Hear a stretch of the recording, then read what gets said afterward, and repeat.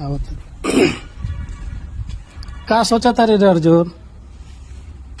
क्या करी हो मंजे भैया? बोल। सोचा तनी शादी करी कि ना करी। तो का दिक्कत बा? का दिक्कत बा कर सदिया?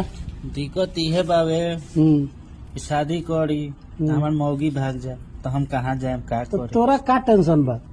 हम्म, शादी कर हम्म, आ शादी क के ओकरा नाम पर लोन ले ले कम से कम 20-25 लाख रुपए। हम्म, ना 20-25 लाख मिली तो 10 लाख ले ले हम्म, और शादी कर ले, बिंदास रही है। भागियो जाए न तो ओकरा के खोजल बैंक वाला के काम बा। ते बिंदास रहिए से कि ते तो लोन ले ले बाड़ी, हम्म, चुपचाप रहिए भरी हम्म, उ अब बैंक खोजी ओकरा के। उ बा कर दे अब। ये बात तो सही कहला। आप लोग बताइए भैया कैसा वीडियो लगा?